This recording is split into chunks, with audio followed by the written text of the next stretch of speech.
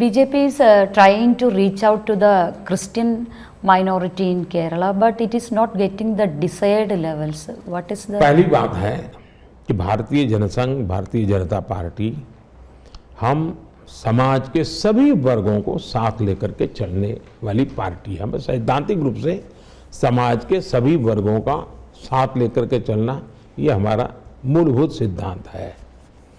अब देखिए, गोवा में कई दशकों से हमारी सरकार चल रही है, लगातार सरकार चल रही है और वो क्रिश्चियन कम्युनिटी के मदद से ही चल रही है, उनके सहयोग से ही चल रही है।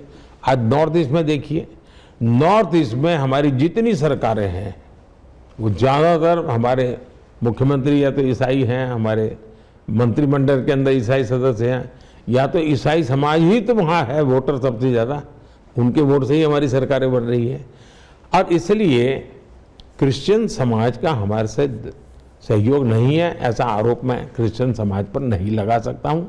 हमारे प्रयत्न और ज़्यादा करने चाहिए हमको, हम कर रहे हैं। अब केरला में बूथ से लेकर राष्ट्रीय स्तर तक हमारी लीडरशिप में क्रिश्चियन साथी हैं।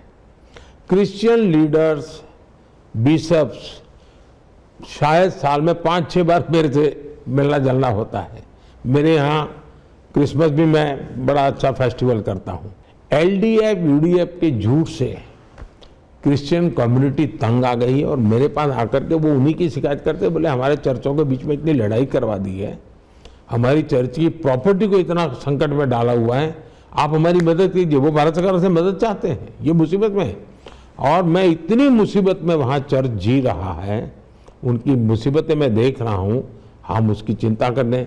अब जैसे फिशरमैन है, मैंने अलग अलग फिशरी डिपार्टमेंट बनाया है ताकि हमारे कोस्टल एरिया के लोगों की मदद हो सके। अब उसका स्वागत करते हैं लोग और ये मेरी कोशिश है कि इस प्रकार के प्रयत्नों से उनकी आर्थिक स्थिति अच्छी बने, उनको मॉडर्न टेक्नोलॉजी का फ़ायदा मिले और ब्लू इकोनॉमी का जो मेरा क्षेत्र है उसमें भी उस समाज के काफ़ी लोगों को फ़ायदा होने की संभावना है। अच्छा, क्रिश्चियन समुदाय का स्वास्थ्य और शिक्षा क्षेत्रों से गहरा जुड़ाव रहा है।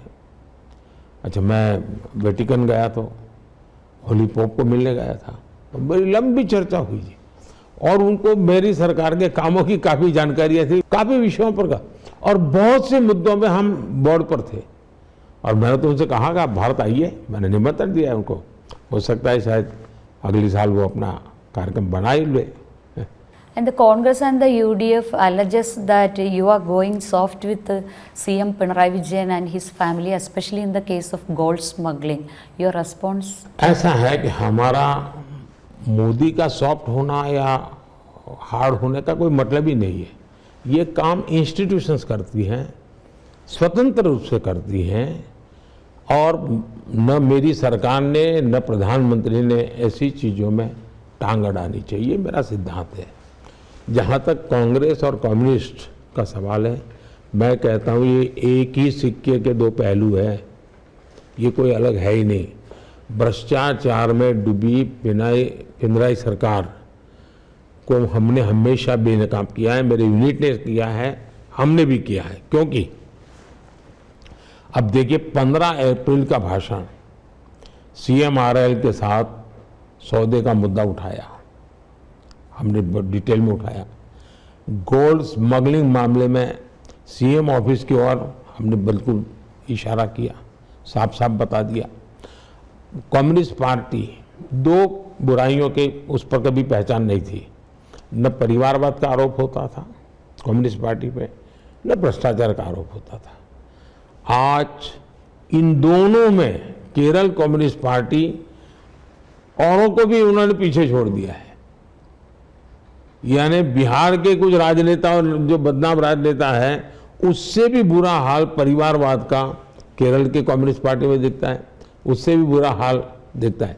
अब देखिए CPM ने कोऑपरेटिव बैंक को लूटा है, उसको बेनकाब करने का काम हमने ही किया है और आने वाले दिनों में भी लोगों को न्याय दिलाने के लिए हम भरपूर करेंगे।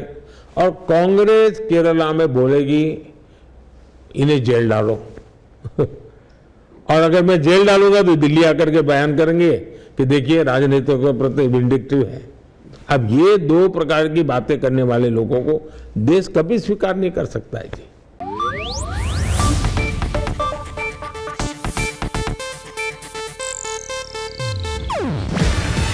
ಇದು ಏಷ್ಯಾನೆಟ್ ನ್ಯೂಸ್ ನೆಟ್ವರ್ಕ್ ಪ್ರಸ್ತುತಿ.